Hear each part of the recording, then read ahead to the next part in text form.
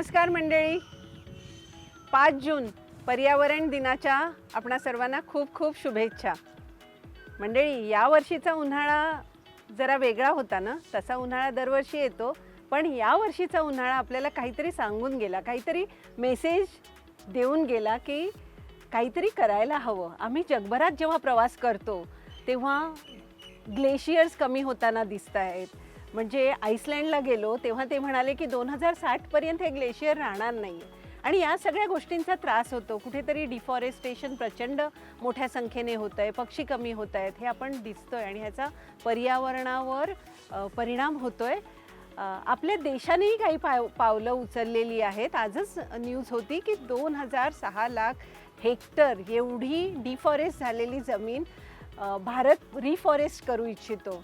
आमचे एक फ्रेंड आहेत प्रवीण, आणि त्यांनी डोंगर ग्रीन करण्याचा वसा घेतला आहे आणि गव्हर्नमेंटही त्याच्या मदतीला आलेलं आहे.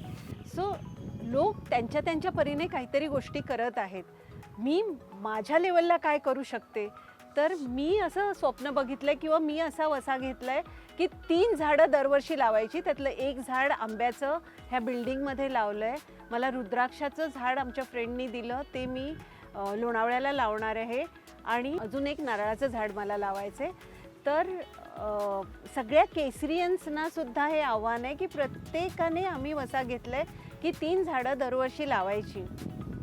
जर प्रत्येक भारतीयाने एक झाड लावलं तरीसुद्धा येणाऱ्या पिढीचं आणि पर्यावरणाचं संरक्षण होईल, नाही का?